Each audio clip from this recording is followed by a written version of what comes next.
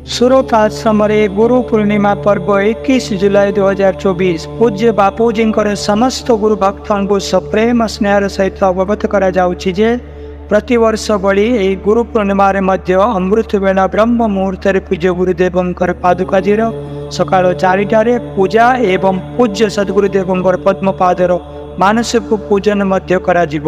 ଶ୍ରୀ ପାଦୁକାଜୀଙ୍କର ଆରତି ମଧ୍ୟ ଲାଭ ହେବ।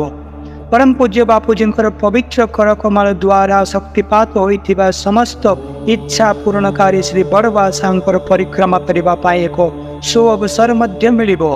गुरु पूर्णिमा दिन जे निज गुरुंकर पाद पूजा करि थाए से वर्ष सारा समस्त कार्य सफलता प्राप्त पाई थाए। गुरु पूर्णिमा दिन गुरुंकर द्वार जाए गुरुंकर दर्शन सत्संग सुमिरन एवं तांकर मानसिक पूजन द्वारा वर्ष सारा समस्त व्रत उपासना फल प्राप्त होता है।